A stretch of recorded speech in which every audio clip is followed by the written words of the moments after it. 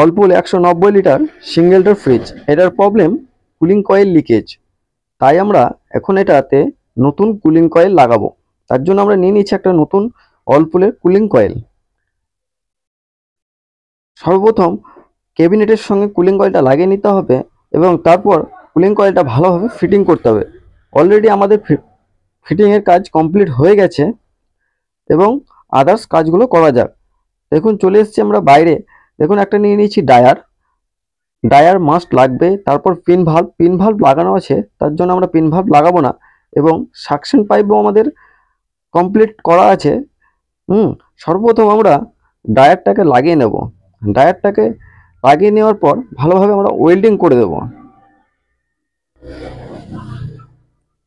দেখুন আমাদের ডায়ার ওয়েল্ডিংয়ের কাজ চলছে এবং ওয়েল্ডিং করার সময় অনেক রকম চিন্তা ভাবনা করে ওয়েল্ডিং করতে হবে যে কোনো রকম ডায়ারটা ব্লক না হয়।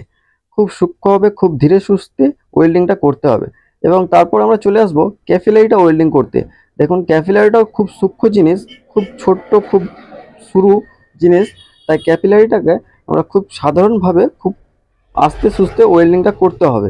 দেখুন আমাদের ওয়েল্ডিংয়ের কাজ মোটামুটি হয়ে গেছে। তারপর ডায়ারটাকে ভালোভাবে কাপড় দিয়ে ঠান্ডা করে নিতে হবে এবং মুছে নিলাম এবং ফ্রিজটাকে আমরা চালিয়ে দেব। চালিয়ে দেওয়ার পর দেখবো যে আমরা যে এর প্রেশারটা সাকশন পাইপ দিয়ে পাস করছে কিনা। অনেক সময় ওয়েল্ডিং করার সময় ক্যাপিলারি বা ডায়ারের মুখে ব্লক হয়ে যায়, তার জন্য সাকশন পাইপ দিয়ে প্রেশার আসে না। তার জন্য আমরা ফ্রিজটাকে চালিয়ে প্রেশারটাকে দেখে নিতে হবে যে এর পাইপটা পুরো ক্লিয়ার আছে কিনা। আমরা দেখে নিচ্ছি যে পুরো পাইপটা ক্লিয়ার আছে, প্রেশারও আসছে ভালোভাবে। তার জন্য আমরা ভাববো যে আমাদের ওয়েল্ডিং খুব সুন্দর হয়েছে এবং তারপরে আমরা সাকশন পাইপটাকে ওয়েল্ডিং করে দেব।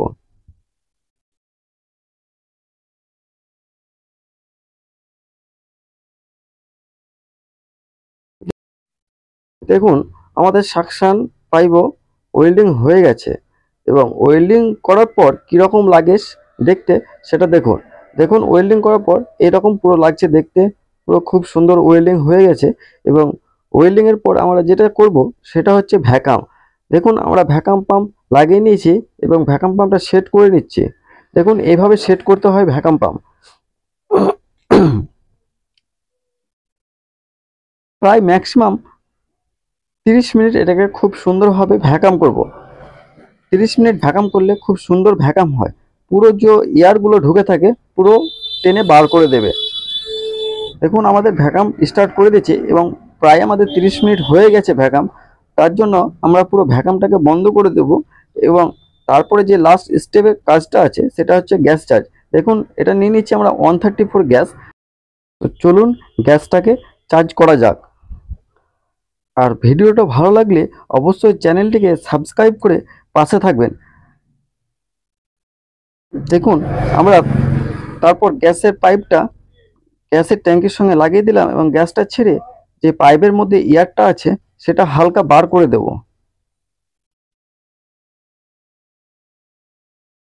বার করে দেওয়ার পর আমরা কিছু পরিমাণ গ্যাস আগেই চার্জ করে দেব এবং চার্জ করে দেওয়ার পর কম্প্রেসারটাকে অন করে দেব। দেখুন আমাদের কিছু পরিমাণে গ্যাস আমরা চার্জ করে দিলাম আগেই। তারপর আমরা কম্প্রেসারটাকে অন করব এবং কম্প্রেসারটাকে অন করার আগে আমাদের অ্যাম্পিয়ার মিটারটা লাগিয়ে নিতে হবে। দেখেন অ্যাম্পিয়ার সেট করে অ্যাম্পিয়ার মিটারে লাগিয়ে নিতে হবে। তার জন্য আমরা একটা ওয়্যারে অ্যাম্পিয়ার মিটারটা লাগিয়ে দিলাম যে এর কত অ্যাম্পিয়ার নিচ্ছে সেটা দেখা যাবে। দেখুন আমাদের কম্প্রেসার চালিয়ে দিয়েছি এবং হালকাও কিছু পরিমাণ গ্যাস আমরা ভরে দিলাম। তারপর আমরা যেটা করব শ্যাম্পু ফেনা দিয়ে যেখানে যেখানে ওয়েল্ডিং করেছি সেখানে সেখানে দেখে নেব যে কোনো রকম গ্যাস আমাদের লিকেজ করছে কিনা।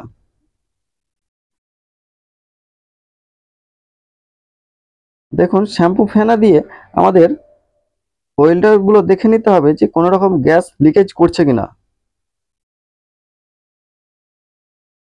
আমরা খুব ভালোভাবে দেখে নিলাম যে আমাদের কোনো গ্যাস লিকেজ হচ্ছে না।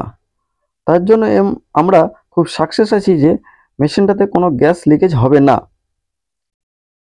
দেখুন প্রায় আমাদের কাজ কমপ্লিট হয়ে গেছে এবং এই রকম লাগছে দেখতে। দেখুন অ্যাম্পিয়ার নিচে 0.3 এবং ব্যাক প্রেশার আছে 6। চলুন এবার ঠান্ডাটা দেখা যাক কিরকম পরিমাণে ঠান্ডা আসছে।